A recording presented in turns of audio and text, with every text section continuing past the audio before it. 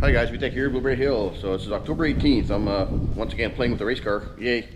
So I had a serpentine belt fragment on me at COTA. It made a mess down there. I'll clean that up, but it landed on the header, made a very nice little smoky thing. Didn't catch fire, but it was smoking like crazy, so I thought it was all kinds of havoc. Turns out the rubber was stuck on the header.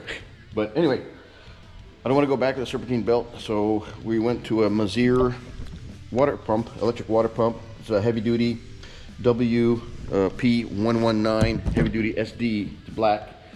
They do have different colors. I wanted blue since I'm into the blue colors of the car. It was $100 more, so I got the black instead. No big deal. It comes with optional adapters for your hoses. All mine are, everything's 1.5 inch, so I have to remove the one that came with the pump with this one, which is a 1.5. And I had to order just a few minutes ago another 1.5 because I actually thought I had a 1.25 inlet. That's not the case. Anyway, that's the only fun part with that. And then of course you have to wire it to your dash or an ignition switch. I don't want it to run when the motor's cold, so I'm gonna have another switch in the car, just like my fans. Pop them on when I'm running. I believe it's a 42 gallon per minute capacity on this thing, and it should help actually cool everything down. So I'm looking forward to that. I do have some cleanup to do because the shredded belt left a little bit of kind of mess in there. No big deal. Got to take that off, drain. Of course, you need the fluid. There's no antifreeze in it. It's just water with water wetter.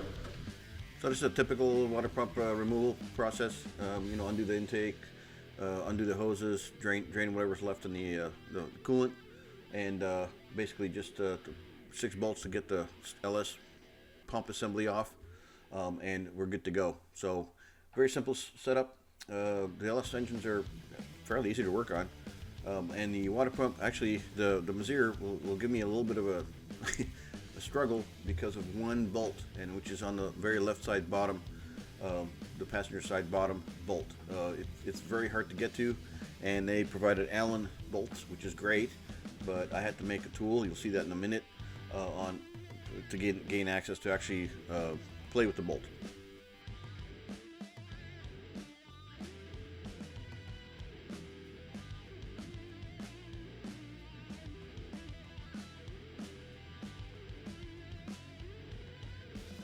So the bottom of the pump on the passenger side is the inlet from the radiator. So I bought a 1.5 inch adapter to go in there. I had to wait for that for a couple days.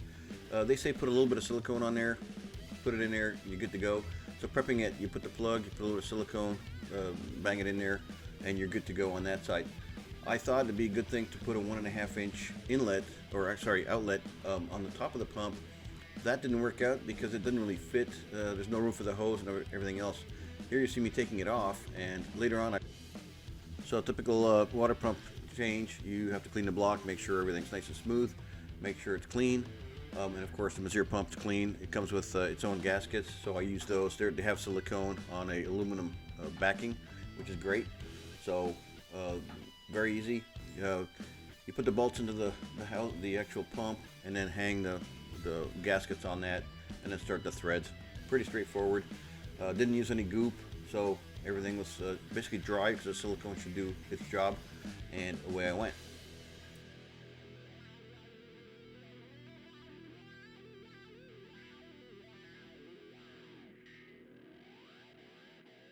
Any other job that's supposed to take 5 minutes, it took about a half an hour for me to figure this one out. The bottom bolt on the passenger side, I couldn't gain access to it. It was just enough of a weird angle, small. It's probably like a 5 degree, maybe less than that, around there, angle, and I couldn't get any wrenches to work. Even tried different bolts. I then went back to the Allen-headed bolt that they provided with the pump, and I modified a Allen wrench, ground it down so I could do like a beveled grounded head on the Allen, so I can do off-angled tightening. It's just bad access. It's just enough to not let you do a normal thing with wrenches, etc. So anyway, so that was the only challenge. It was a little bit frustrating. I thought they could do a better job on that one, but everything's pretty good quality. I was pretty impressed with everything else, but just access to this bolt.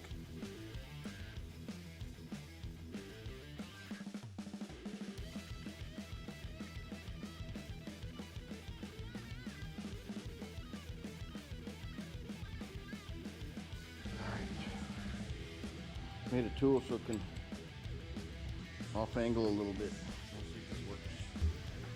So this ended up working pretty good. No problem. You can, it was just a small angle. You know, I don't know how many degrees. I'll say 4 or 5 degrees off, and that worked. So everything's good, and I continued. Just made sure everything else was tight, and then I started doing the rest of the plumbing on the pump.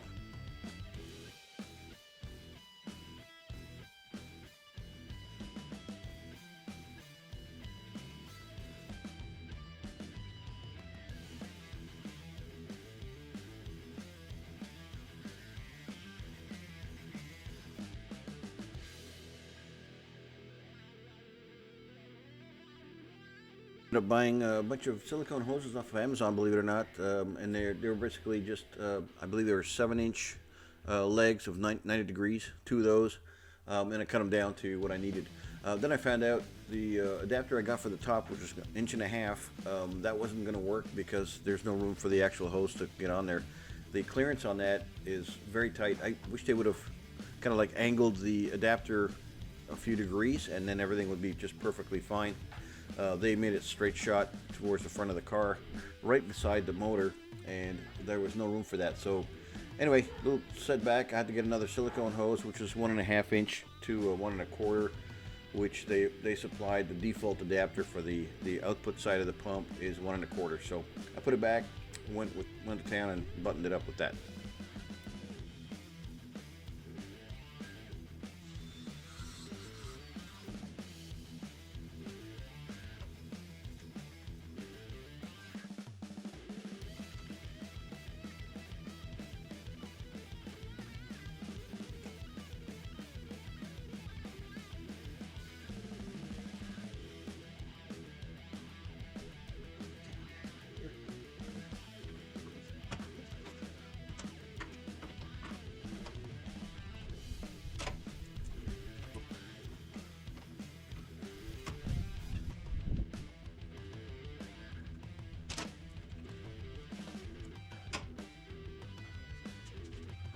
So I had to modify the return line from the expansion tank a little bit. It goes into the upper hose, which is the return line for the radiator.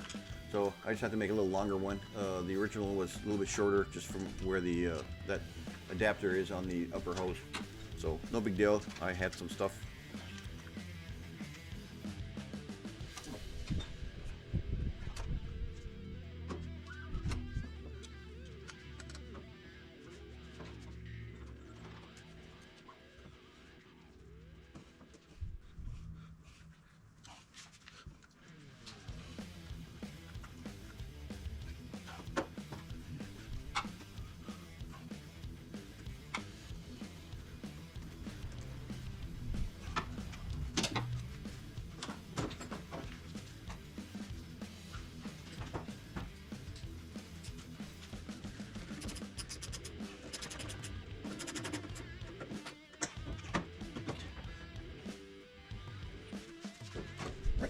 Here.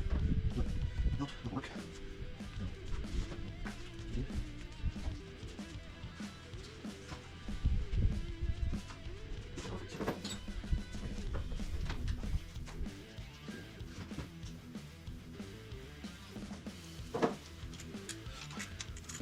Hi guys, I'm back. So it's been a few days since I worked on the car doing the water pump. I finally got in some other parts that I needed. Drive belt for the dry sump and adapter for the upper hose on the electric pump. So we're gonna throw those on there. I'm gonna probably put it in time-lapse mode since it'll be boring if you watch me through the whole thing in real time. Then we're gonna fill it up and see if we got any leaks and stuff. I pre-wired everything already. I got one additional switch. I bought a switch panel that had probably two or three leftover switches. So put a switch on the water pump, the relay's in there. Everything's ready to roll. I already tested that, so we're good to go. So we're gonna finalize it and hopefully we'll be good to hit the track.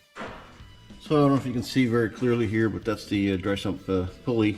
It's got four Allen bolts that hold a plate on the front. I'm gonna pull those off and then pull the belt off. It's kind of hard for me to videotape this because it's all buried in there. So I'm just gonna do that and then we'll put the new belt on and we'll be good to go. And then I'll do the hose. Okay, so I failed on the, I think the belt size for the alternator It probably needs to be an inch bigger, and I'm gonna have to put probably another pulley right here somewhere. I just ordered that. I was hoping it measured out to be 38 inches, but I can't get it over the lip here, so I'll leave that alone. Anyway, the instructions say put a little bit of RTV on the threads on this thing, so that's what I'm doing. Actually, we'll put that over there. And we just spring pliers to tighten this. Probably not the correct tool, but it is what it is.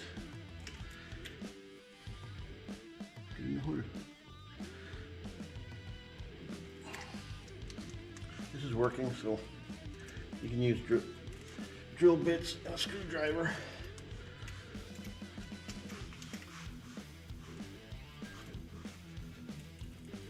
All right, so these things are gonna bend probably. Okay, I think that's good. So after the dry sump pump belt, that was no problem. Now I'm gonna do the adapter. I'm gonna try to put the hose on the upper 1.5 inch, and that does not work. I knew it was a very tight clearance, but that adapter, you can't change it to a 1.5. It has to stay 1 1/4 or maybe 1 inch. And I had to order a hose that was a 1.5 inch to a 1 1/4 90, and that worked out later. You'll see that in a minute. But anyway, it was a little frustrating because I thought it would work, but it didn't. A day or two later, I ended up getting the 1.5 inch to 1 1/4 inch 90-degree adapter hose, radiator hose, and a 39 inch drive belt that will run the alternator, and that's it. So here I'm putting the hose on, button that up, put the clamps on, and we're good to go there. Then I have to figure out what pulley setup I have to do for the alternator belt, and it ended up working out really good. I'll show you that in a minute, but I lucked out. This was not a planned event. It just happened to be one of the mounting bolt holes for the alternator was perfect for ramming a pulley on there and tensioning the belt just enough to make everything work.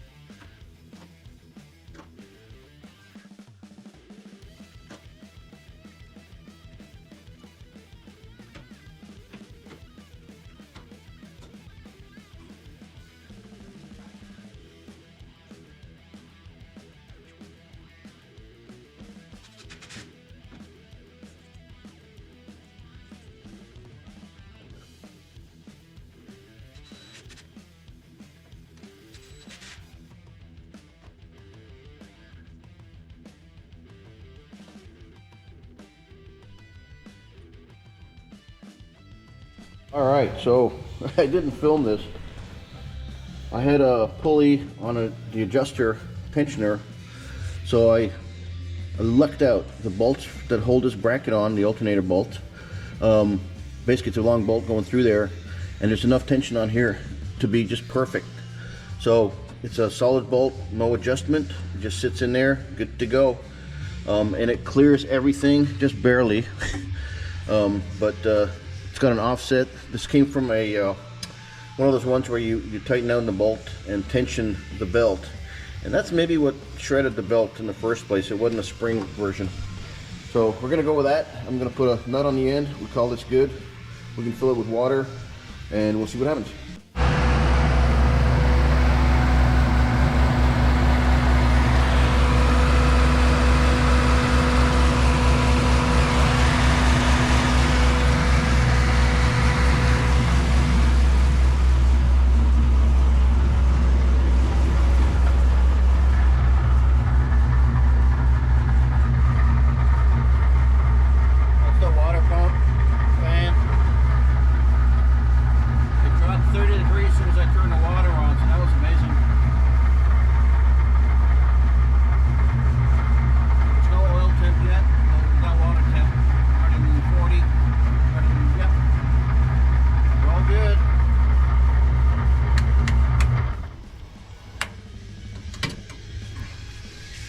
Whew, I think that was successful. I put header wrap on there, so there's a little bit of, oh, it stopped smoking. But there you go, water pump installed. What was really cool is when I was filling it with fluid, you turn the pump on and you just fill it until it's full. So that was pretty awesome. There's some kind of an internal thermostat in these guys. Version of a thermostat, they don't really say. But it takes care of everything. And the water was circulating pretty darn good. But we're ready, I think.